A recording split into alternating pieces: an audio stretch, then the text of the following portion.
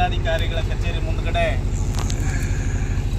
ಬೇರೆ ಕೆಲಸದ ನಿಮಿತ್ತ ಹೋದಾಗ ಅಲ್ಲಿ ತಾವು ಪ್ರತಿಭಟನೆ ಮಾಡೋದನ್ನು ನೋಡಿದ್ವಿ. ಆಗ ನಾವು ಜಿಲ್ಲೆಯ ಎಲ್ಲ ತಾಲೂಕಿನ ಅಧ್ಯಕ್ಷರಾದಿಯಾಗಿ ತಮ್ಮ ಜೊತೆಗೆ ನಿಂತು ಬೆಂಬಲವನ್ನು ಸೂಚಿಸಿ ಬಂದಿದ್ವಿ. ನೀವು ಹಲವಾರು ಕಾರಣಗಳನ್ನು ಇಟ್ಟುಕೊಂಡು ರೈತರಿಗೆ ಮತ್ತು ಸಾರ್ವಜನಿಕರಿಗೆ ಒಳ್ಳೆಯ ನಿಟ್ಟಿನಲ್ಲಿ ಸರ್ವಿಸನ್ನು ಕೊಡಬೇಕು ಅಂತೇಳಿ ಕೆಲವೊಂದಿಷ್ಟು ಅಂಶಗಳನ್ನಿಟ್ಟು ಸರ್ಕಾರದ ಮುಂದೆ ಹೋರಾಟವನ್ನು ಮಾಡ್ತಾ ಇದ್ದೀವಿ. ಆಗಿನ ಸಂದರ್ಭದಲ್ಲಿ ನಿಮಗೆ ಭರವಸೆನ ಕೊಟ್ಟಿದ್ದರು, 3 ತಿಂಗಳು ಆದಮೇಲೆ ಎಲ್ಲ ಭರವಸೆನ ಈಡೇರಿಸ್ತೀವಿ ಅಂತೇಳಿ. ಆದರೆ ಅದು ಈಡೇರಿಲ್ಲ ಅಂತೇಳಿ ಮತ್ತೆ 2ನೇ ಹಂತದ ಚಳುವಳಿಯನ್ನು ತಾವು ಸ್ಟಾರ್ಟ್ ಮಾಡಿದ್ದೀವಿ. ಇವರು ಕೊಡದೆ ಹೋದರೆ ಅದು 3ನೇ ಹಂತಕ್ಕೂ ಹೋಗ್ಬಿಡ್ಬೋದೇನೋ. ಆದರೆ ಇದು 2ನೇ ಹಂತ ನಿಮಗೆ ಫಲಪ್ರದವಾಗಿರಬೇಕು ಅನ್ನೋದು ನಮ್ಮ ಬಯಕೆ. ಕಾರಣ ಗ್ರಾಮ ಲೆಕ್ಕಾಧಿಕಾರಿಗಳು ರೈತನ ಬದುಕಿನ ಜೀವಾಳ. ತನ್ನ ಎಲ್ಲ ದಿನನಿತ್ಯದ ಚಟುವಟಿಕೆಗಳಿಗೆ ಬೇಕಾಗಿರ್ತಕ್ಕಂಥ ದಾಖಲೆಗಳನ್ನು ಸೃಷ್ಟಿ ಮಾಡೋದ್ರ ಜೊತೆಗೆ ಅದನ್ನು ಒದಗಿಸಿಕೊಡೋದು ತಮ್ಮ ಜವಾಬ್ದಾರಿ ಆಗಿರ್ತದೆ. ಇವತ್ತು ಅದಿಲ್ಲ ಅಂದ್ರೆ ರೈತನ ಒಂದೇ ಒಂದು ಕೆಲಸ ಯಾವುದೇ ಕಚೇರಿನಲ್ಲೂ ಆಗಲ್ಲ. ಹಾಗಾಗಿ ನೀವು ಪ್ರತಿ ಬಾರಿ ಈ ಥರ ಧರಣಿ ಕೂತಾಗ ಹೈರಾಣಾಗೋದು ರೈತರು. ಆ ರೈತನ ಬದುಕು ಚೆನ್ನಾಗಿರ್ಬೇಕು ಅನ್ನೋದಾದರೆ ನೀವುಗಳು ಚೆನ್ನಾಗಿರ್ಬೇಕು ಅಂತ ನಾವು ಬಯಸ್ತೀವಿ. ನಿಮ್ಮ ಮೇಲೆ ಹಲವಾರು ಬಾರಿ ಹೇರಿಕೆಗಳನ್ನು ನಾವೇ ಹೇರಿರ್ತೀವಿ. ಯಾಕಾಗಲ್ಲ, ಯಾಕೆ ಮಾಡಿಲ್ಲ, ಹಾಗೆ ಯಾಕೆ ಮಾಡಿದ್ರಿ, ಹೀಗೆ ಯಾಕೆ ಮಾಡಿದ್ರಿ ಅಂತೇಳಿ ಭಾಳ ಸರಿ ಬೈಕೊಂಡಿರ್ತೀವಿ. ಯಾರೋ ಮಾಡಿರೋ ತಪ್ಪನ್ನು ನಿಮ್ಮ ಮೇಲೆ ಹಾಕಿರ್ತೀವಿ. ಯಾಕೆಂದರೆ ನೀವು ಸ್ವಲ್ಪ ಓದೋರು ಇರ್ತೀರಿ, ತಿಳಿದೋರು ಇರ್ತೀರಿ, ಗ್ರಾಮ ಆಡಳಿತದಲ್ಲಿ ಪರಿಣಿತಿಯನ್ನು ಪಡೆದಿರ್ತೀರಿ. ನಿಮ್ಮಿಂದ ಆ ತಪ್ಪುಗಳು ನಡಿಬಾರ್ದು ಅಂತೇಳಿ ನಿಮ್ಮ ಮೇಲೆ ಹೇರಿಕೆಯನ್ನು ಹೇರಿರ್ತೀವಿ. ಆದರೆ ನಿಮಗಿರೋ ಸಮಸ್ಯೆ ಬಗ್ಗೆ ಸಾರ್ವಜನಿಕರ ಅರಿವಿಲ್ಲ. ಹಾಗಾಗಿ ನಿಮ್ಮ ಮೇಲೆ ದಬ್ಬಾಳಿಕೆಯನ್ನು ನಡೀತವೆ, ಬೈಗಳನ್ನು ಬಯಸ್ಕೊತೀರಿ.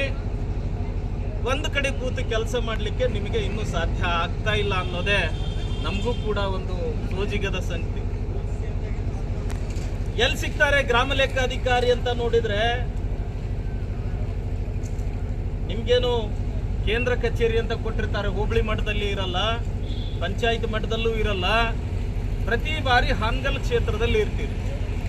ನಾನು ಭಾಳ ಸರಿ ಕೇಳಿದ್ದೀನಿ, ಯಾಕಪ್ಪ ಅಂತ ಹೇಳಿದ್ರೆ ನಮ್ದೆಲ್ಲ ರಿಪೋರ್ಟು ಆನ್ಲೈನಲ್ಲಿ ಆಗಬೇಕು.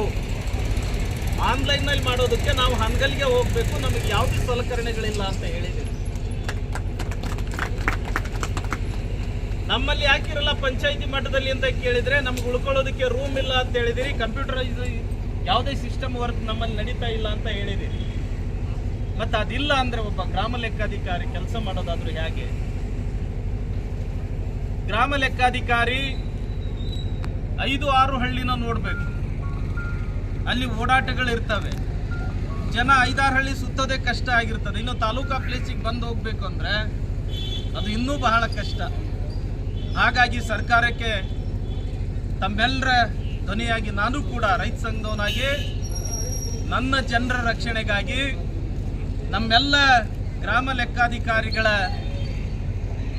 ಒಂದು ಉತ್ತಮವಾಗಿರ್ತಕ್ಕಂಥ ಸೇವೆ ಜನರಿಗೆ ದೊರಕಲಿ ಅನ್ನೋ ಉದ್ದೇಶದಿಂದ ಸರ್ಕಾರಕ್ಕೆ ಒತ್ತಡ ಮಾಡ್ತಾ ಇದ್ದೇನೆ. ತಾವು ಶೀಘ್ರದಲ್ಲಿ 2ನೇ ಹಂತದ ಹೋರಾಟ ಇವ್ರದ್ದು ನಾನು ನೋಡಿದಾಗೆ ಶೀಘ್ರದಲ್ಲಿ ಅವರ ಬೇಡಿಕೆಗಳನ್ನು ಈಡೇರಿಸುವ ಮುಖಾಂತರ ರೈತರ ಸೇವೆ ಮಾಡಲಿಕ್ಕೆ ಅನುವು ಮಾಡಿಕೊಡಬೇಕು.